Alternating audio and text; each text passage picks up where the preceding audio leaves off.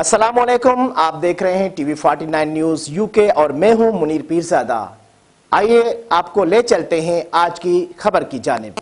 नवाबशाह के नवाही गांव मोहम्मद खान जरदारी की रिहायशी 3 औरतों ने घरेलू झगड़े से तंग आकर मुबैना तौर पर रोहड़ी किनाल में कूदकर खुदकुशी की कोशिश की, जिन्हें करीबी गांव के लोगों ने देखकर बचाने की कोशिश की। नतीजे में एक औरत जाँ बहक, 2 को बचा लिया गया। फौती की शनाख्त सतभरी उम्र 35 साल जोजा जम्मू खान जरदारी के नाम से हुई, जबकि दीगर गुलनाज जोजा रमज़ान उम्र 33 साल और अल्लाह बचाई 12 साल बिनते जम्मू को बचा लिया गया। तीनों औरतों का ताल्लुक गांव मोहम्मद खान जरदारी से बताया जा रहा है।